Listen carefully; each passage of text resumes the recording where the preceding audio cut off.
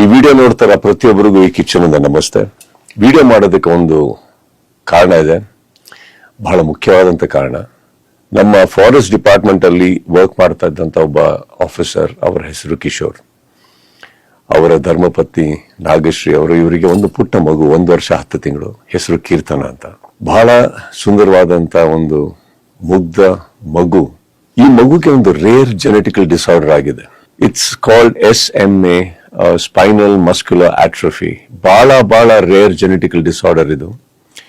ಇದಕ್ಕೆ ಒಂದು ಔಷಧಿ ಇದೆ, ಇದಕ್ಕೆ ಒಂದು ಗುಣ ಆಗುವಂತ ಎಲ್ಲ ಸಾಧ್ಯತೆ ಇದೆ. ಆದ್ರೆ ಆ ಒಂದು ಮೆಡಿಕಲ್ ಟ್ರೀಟ್ಮೆಂಟ್ಗೆ ಬೇಕಾದಂತ ಒಂದು ಮೊತ್ತ, ಆ ಫಿಗರ್ ಕೇಳಿದ್ರೆ ಒಂದು ಆಕ್ಚುಲಿ ಮೈ ಜುಮ್ ಅನ್ಬೇಕು.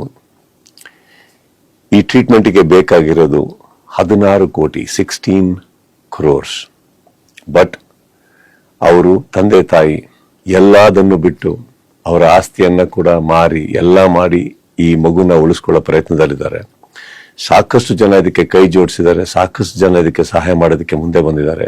ನನ್ನ ಕೈಲಾಗಿದ್ದು ಕೂಡ ನಾನು ಏನು ಮಾಡಬಲ್ಲೆ ನಾನು ಮಾಡಿದ್ದೀನಿ.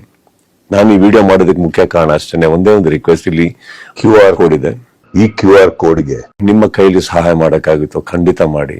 ಆ ಮಗು, ನಮ್ಮ ಕೀರ್ತನನ್ನ ಉಳಿಸ್ಕೊಳ್ಳೋ ಪ್ರಯತ್ನ ನಾವೆಲ್ಲರೂ ಸೇರಿ ಮಾಡೋಣ.